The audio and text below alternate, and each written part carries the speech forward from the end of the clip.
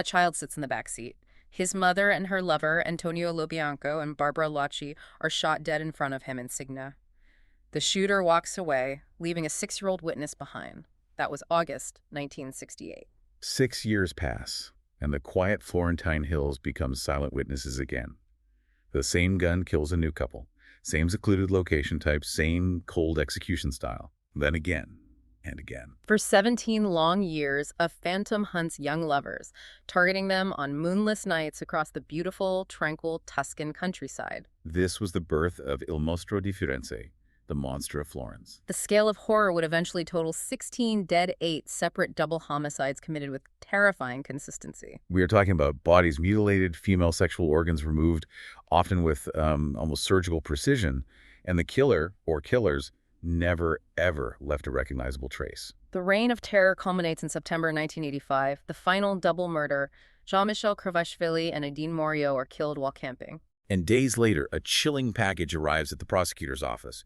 Inside, a severed breast, cut from the final female victim. No note, no demands. Just that final profound silence, confirming the killer's ritualistic intent.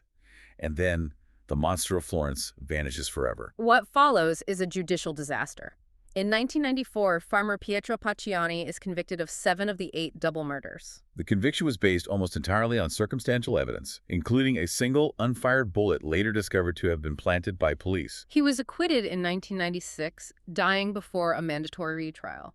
His alleged accomplices, Mario Vanni and Giancarlo Lotti, died in prison after being convicted for only a portion of the crimes. And when you look at the evidence that secured those convictions, you find 0 verifiable DNA, 0 fingerprints, and crucially, the murder weapon was never, ever recovered. Nothing. Nothing forensically connected those men to all 16 murders. But the truth, as always, it resists silence. Fast forward to 2024. Forensic analysis finds DNA on a 1985 crime scene bullet. This profile matches evidence found at 2 earlier murder scenes, yet it belongs to no victim, and specifically excludes the convicted trio Pacciani, Vanni, and Lotti.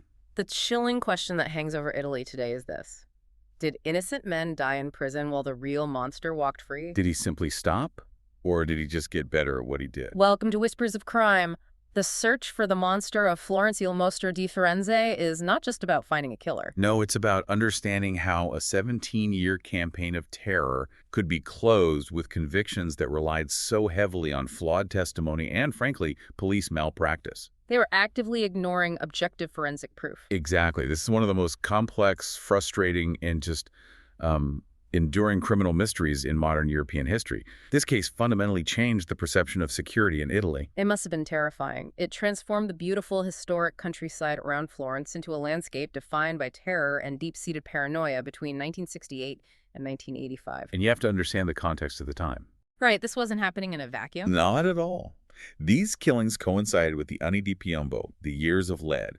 This was an era in Italy just rife with political violence, terrorist bombings, extremist groups, escalating mafia activity. So this environment of generalized violence, it provided perfect cover. It's a crucial point because this widespread social and political upheaval may have led authorities to initially categorize the attacks as isolated incidents. Just local crimes of passion or some kind of revenge killing. Precisely. The kind of sporadic violence you might expect during that period. And that mindset caused a crucial, massive investigative lag. A lag that ultimately allowed the killer to operate undisturbed for over a decade. That initial failure to recognize the pattern, to connect the dots, gave the perpetrator years to refine and continue what became a deeply ritualistic pattern of violence. The fragmentation of the investigation is really the cornerstone of the whole judicial controversy that follows, isn't it? It's the original sin of the case. And before we begin our journey into the darkness of the Florentine Hills, a reminder, don't forget to follow Whispers of Crime on Apple Podcasts, Spotify, iHeartRadio, Spreaker, and all the other major podcast platforms for daily updates on every crime. And please subscribe to our YouTube channel, Whispers of Crime. Like this story? Share it with others who might find this history compelling, and drop your positive review and rating. It really helps. Okay, let's establish the foundational consistency of the monster's actions. Before we dive into the chronology, we have to understand the chilling MO, the modus operandi, that linked these crimes over 17 years. What defined the killer's operational style? The consistency is, I think, the most frightening element. The monster targeted young couples seeking absolute privacy. So lovers' lanes, that sort of thing. Exactly. Typically in secluded, wooded areas outside the city limits of Florence, usually parked on these dirt country roads or hidden spots. They were victims selected purely based on opportunity and environment. And there was a timing component too, wasn't there? Something about the moon. There was. Investigators noted that the attacks frequently coincided with the new moon. Ah, so maximum darkness. Right, minimizing ambient light to ensure the killer was operating completely unseen. It shows a level of planning, of patience. And the weapons used were the absolute consistent forensic signature. That's right. The forensic link across all 8 double murders was the consistent use of a single, never recovered .22 caliber Beretta pistol. But it wasn't just the gun. It was the ammunition. It was the ammunition. The killer exclusively used Winchester Series H bullets. These are distinctive because the H-head stamp honors the inventor, B. Tyler Henry. Wow, that is specific. Extremely specific. This ballistic specificity was the physical thread that tied 1968 all the way to 1985. It implied either a single individual who possessed and, cared for this unique murder implement for 17 years. Or a very small, exclusive group sharing access to it. Precisely. The methodology itself involved 2 distinct phases. There was the firearm and then something else. Yes. The male victim was typically shot first, sometimes fatally wounded while still in the car, or maybe moments after being pulled out. Then the female victim was pulled from the vehicle, usually restrained, and stabbed repeatedly. And when you say repeatedly? I mean, you're talking about extreme overkill. In one case, 97 stab wounds. And then finally, the female victims were subjected to horrific post-mortem sexual mutilation. You mentioned ritual. What was the ritual? What was he taking? In 4 of the double homicides, a large portion of the skin surrounding the sexual organs was excised, clearly suggesting a compulsion driven by a desire to collect trophies. This wasn't just a crime of anger or passion then. Not at all. This was a deeply ritualistic act of possession and degradation. So let's walk through this chronology of terror. It starts with a crime that was completely misinterpreted. August 21st, 1968. That night, in a town called Signa, Antonio Lobianco and Barbara Lacci were shot to death in their car. And Lacci's 6-year-old son survived the attack, hiding in the back seat. He saw it happen. He did. But the crucial mistake made by investigators was immediately concluding this was a crime of passion, motivated by jealousy. It's the easiest answer, right? The husband did it. It's the easiest answer. And this swift explanation led directly to the arrest and conviction of Lacci's husband, Stefano Mele, who confessed. A confession he later retracted, claiming he was coerced. Right. Mele was convicted in 1970 and sentenced to 45 years. That quick judicial closure satisfied the public, but it meant the authorities stopped looking for any wider implications. Specifically the ballistic evidence. Exactly. They stopped looking at the ballistic evidence that could have prevented the next wave of murders. And so the monster returned 6 years later, and the signature evolved into something far more chilling. On September 15, 1974, near Borgo San Lorenzo, Pasquale Gentilcore and Stefania Pettini were attacked. They were found shot, but Pettini had been subjected to the full horror. The mutilation? The sexual mutilation, the 97 stab wounds, and an object, a grapevine stalk, was used to violate her body post-mortem. This was the first recorded use of that mutilation signature. And there was a witness account of sorts, wasn't there? There was. We know Pettini had confided in a friend just hours before the murder that a strange man was stalking her. This escalation should have prompted a massive review of the 1968 case. But it didn't. And it took another 7 years, until 1981, for the sheer volume of attacks to finally establish the serial nature of the crimes. It was a shocking failure of institutional memory and coordination. June 6, 1981, Giovanni Foggi and Carmela Danuccio were killed near Scandici. Danuccio's pubic area was excised with a notched knife. And then just months later, he strikes again. 4 months later, October 23, 1981, Stefano Baldi and Susanna Cambi were murdered in Calanzano, with Cambi also mutilated. It was only after these 2 1981 attacks that a dedicated task force finally connected the 1981 ballistics to 1974. And crucially, back to the solved 1968 crime. Exactly. They finally officially recognized Il Mostro as a serial killer. 13 years lost. 13 years. Then came the 1983 murders of the German students, Wilhelm Friedrich Horstmeier and Jens Uwe Rusch, in Galuzzo. This attack deviated because the victims were 2 men, not a male-female couple. They were 24-year-old students shot in their van. The theory, and it seems plausible, is that Rusch's long blonde hair and slim build led the killer to mistake them for a heterosexual couple. Which supports the idea that the selection criteria were purely opportunistic and environmental. It does. It suggests he was targeting a scenario, a couple seeking privacy, rather than specific individuals. And crucially, this 1983 scene yielded bullet fragments that, decades later, provided the DNA traces critical to the modern analysis. The signature continued to escalate in 1984, targeting Claudio Stefanacci and Pia Gildarontini in Vicchio. Yes, and Pierantini's mutilation showed a clear escalation of the ritual. The killer excised not only the pubic area, but also cut off and removed her left breast. And again, there were reports of a strange man. Witnesses reported seeing a strange man watching them in a nearby ice cream parlor hours before the murder. It confirms the killer often surveilled the victims before striking. He was patient. And then the final, defining act of terror in September 1985, which secured the monster's grotesque legacy. The murder of the French couple, Krevishvili and Morio, who were camping in Scopetti. They were shot and stabbed while asleep in their tent. Mario's body was mutilated, and this time the killer went even further. The package. After the murder, he cut off a piece of Morio's breast, packaged it, and mailed it to prosecutor Silvia Della Monica. A direct taunt to law enforcement. It confirmed the peak of the escalating ritualistic signature, and then silence. He was gone. The overwhelming takeaway from this timeline is the institutional failure that defined the case. Let's really get into the years of investigative misdirection that crippled any chance of catching the monster quickly. The initial error was profound. The 1968 conviction of Stefano Mele for the Lo Biancolaci murder, that quick conviction based on a coerced confession? It satisfied the public's immediate need for closure. It did. But it effectively blinded investigators to the subtle but crucial ballistic evidence, the Series H bullets.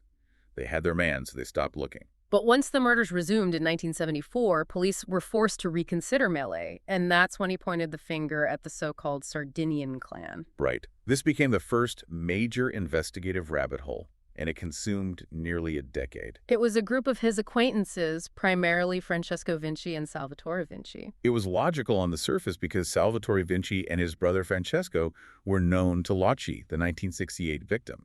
Salvatore was her former lover. So it made them immediate suspects in what was still perceived by some as a regional revenge killing. Right. So multiple Sardinian suspects were arrested and held throughout the early 1980s. But here's why that trail ultimately failed. The monster kept killing while they were in jail. Exactly. That fact alone should have exonerated them immediately, but the police just kept returning to the Sardinians. They were fixated. The sheer incompetence in evidence handling during this period is genuinely shocking. It's staggering. An anonymous tip in 1982 finally prompted a review of the solved 1968 Mele case file. An examining magistrate, Vincenzo Tracomi, discovers 5 spent bullets in shell casings. The Winchester H series ammunition. The very same.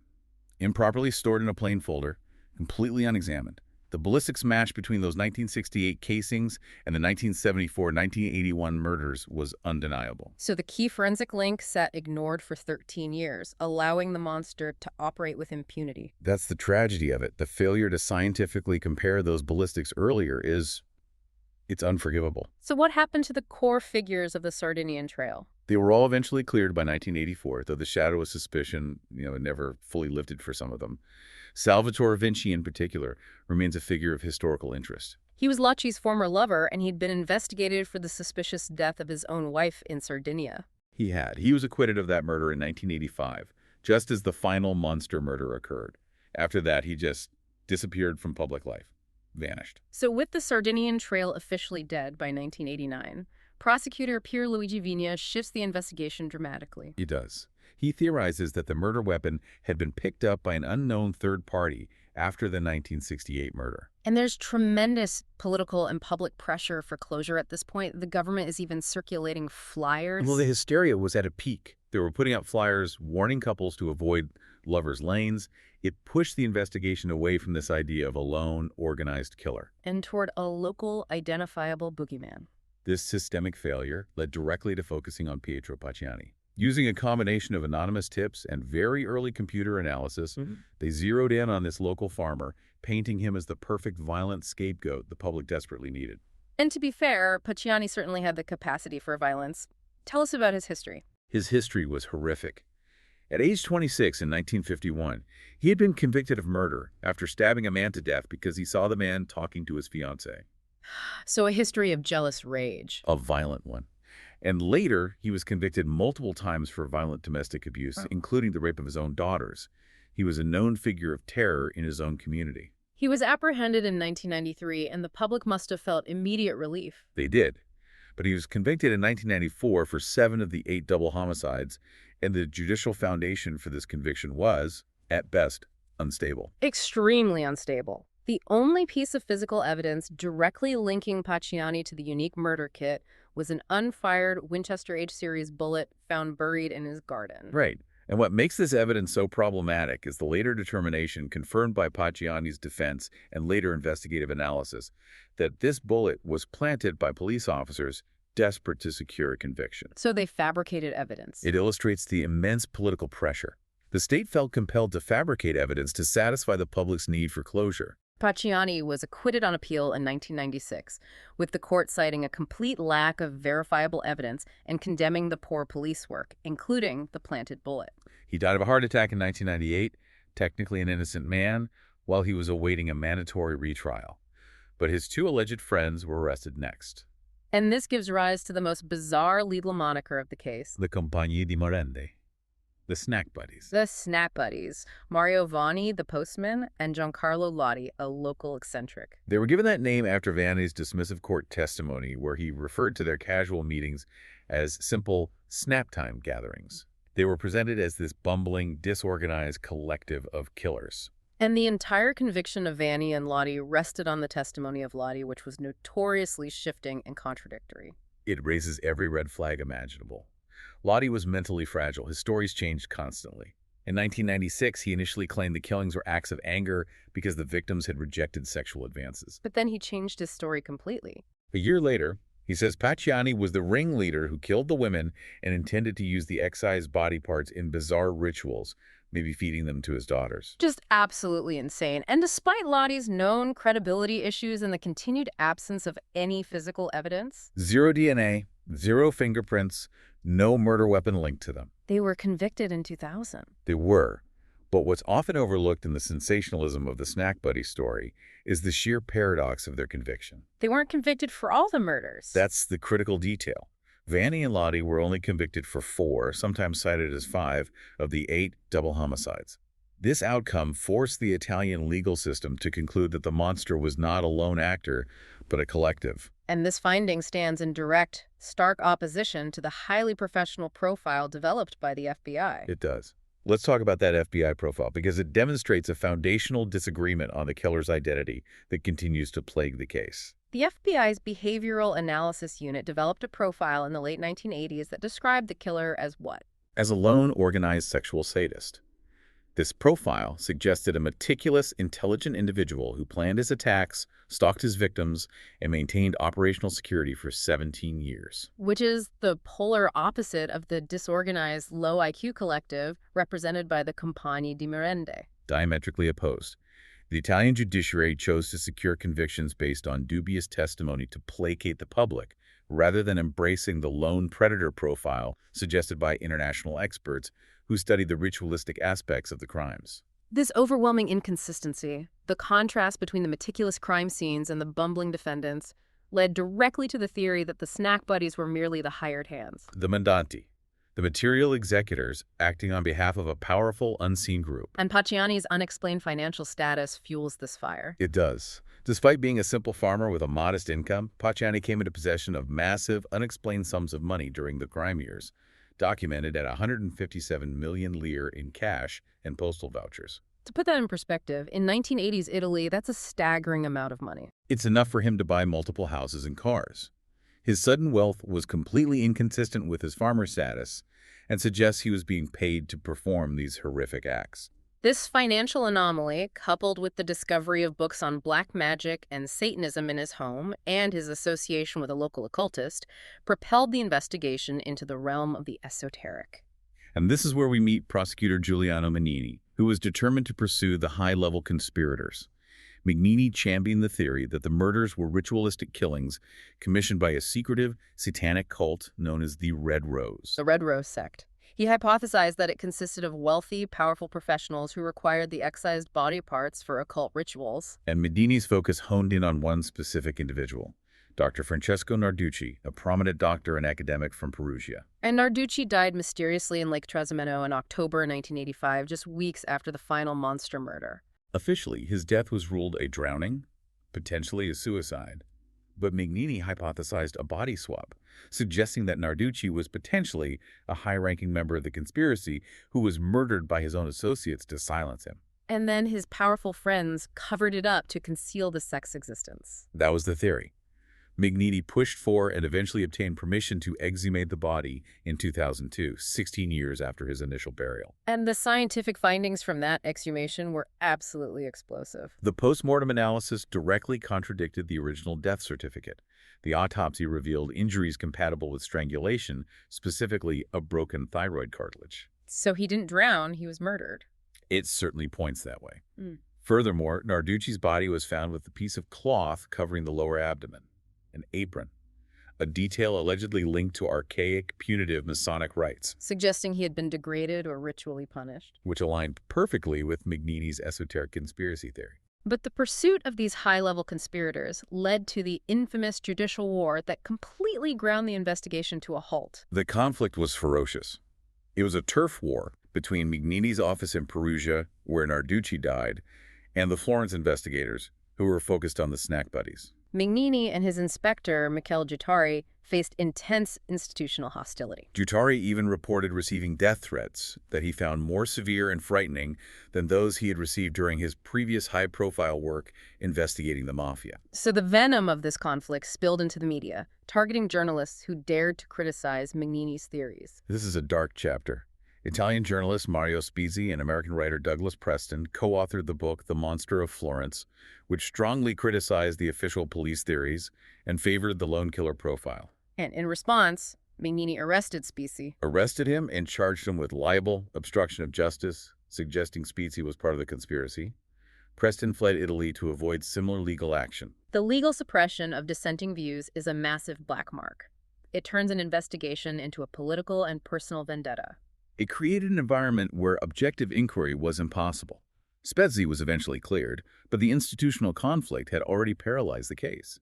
Giuttari and Mignini themselves were indicted for abuse of office, which led to the entire high-level conspiracy investigation being frozen for 7 years. Which brings us into the present, where, thanks to advances in forensic technology, science has delivered the most compelling new evidence in decades. The Iovino DNA bombshell in 2024. It represents scientific proof that the narrative the courts accepted for decades is likely false. Dr. Lorenzo Iovino analyzed DNA traces from a specific .22 caliber bullet found in a cushion from the 1985 French victim's tent. We need to stress how crucial this single finding is. It's the smoking gun, even without the actual gun. This bullet was ballistically linked to the 1983 murder of the German students and the 1984 Rontini Stefanacci murder. And the DNA. The DNA profile found on that bullet belongs to an unknown male, and the profile definitively excludes Pietro Pacciani, Mario Vanni, and Giancarlo Lati. Wow, so it blows the entire Compagnie di Merende verdict out of the water. It critically undermines it, yes. Yeah. It proves that an unidentified male, the true perpetrator or direct accomplice who handled the unique ammunition, was present at and likely responsible for at least 3 of the 8 double murders. The victims' families are rightly seizing this moment to demand accountability. Absolutely. Lawyer Vieri Adriani, representing the French couple's families, has formally requested the exhumation of the 1974 victim, Stefania Pettini. Because she fought her attacker. The original medical examiner's report suggested she fought violently. The hope is that modern techniques could find microtraces of biological material, maybe DNA under her fingernails, which could finally lead to a definitive identification. And we are already seeing the legal ramifications of this forensic shift. Mario Vanni's nephew has formally launched a legal bid to revise his uncle's conviction, citing the 2024 DNA evidence. The argument is that the original conviction was based solely on Lottie's shifting testimony. And now there is scientific certainty that an unknown male was present. A male who is not Vanek. It demonstrates a fundamental miscarriage of justice. This legal challenge could potentially unravel decades of judicial history in Italy. Shifting away from the official lines of inquiry, new, highly controversial theories have emerged, including the bizarre idea that the Monster of Florence and the American Zodiac Killer are the same person. This connection, championed primarily by Italian journalist Francesco Amicone, focuses on a man named Joseph Joe Bevilacqua. Bevilacqua was a U.S. Army veteran who lived and worked at the Florence American Cemetery from 1974 to 1988. Right, placing him near the final crime scene. He was also an undercover criminal investigation command agent who had operated in California during the peak of the Zodiac activity. And Amicone's most inflammatory claim was that Bevilacqua confessed to him. Confessed that he was responsible for both the monster and the Zodiac crimes, suggesting he was the Ulysses, the American, cited by Mario Vanni during his prison testimony. The theory is wild, isn't it? It is. It requires him to be a meticulous serial killer on 2 continents while holding a high-level military position. Bevilacqua vehemently denied the confession and sued Amicone for defamation. But Italian authorities did take it seriously enough to act on it. They did. They collected Bevilacqua's DNA in late 2020. But the Italian legal system has largely dismissed the theory. In December 2024, the Florence court convicted Amicone of defamation, with the judge calling the theory bizarre. And yet the theory persists. It does. It saw a resurgence in 2025 following claims from a separate researcher of a supposed deathbed confession. The interest continues. Before we conclude, we must mention one other highly compelling alternate suspect who fits that professional, organized profile, Giampiero Vigilante. Vigilante, a former French Foreign Legion veteran and an acquaintance of Pietro Pacciani. He was initially overlooked, despite matching the organized profile far better than the convicted men. He had a military background, which aligns with the discipline of the killer. Yes, and a witness described seeing a man in uniform near one of the crime scenes. But the most astonishing evidence was found in a 1994 police search of his home. What did they find? 176 Winchester H-series bullets, the exact, unique ammunition used by the monster. That's incredible. That's arguably stronger physical evidence than anything found against Pacciani. It is. Yet Vigilante was investigated in 2017, but the case was archived due to insufficient evidence. To summarize this long, winding investigation, the Monster of Florence case remains forensically unsolved. The key facts are clear. The murder weapon is missing, and there is no physical evidence that connected the convicted men to all 8 double murders. The judicial conviction of the snack buddies stands as the official answer, yet objective scientific evidence, the 2024 DNA findings, suggests the true killer, a man who handled the weapon in at least 3 attacks, was never apprehended. We are left with an enduring paradox.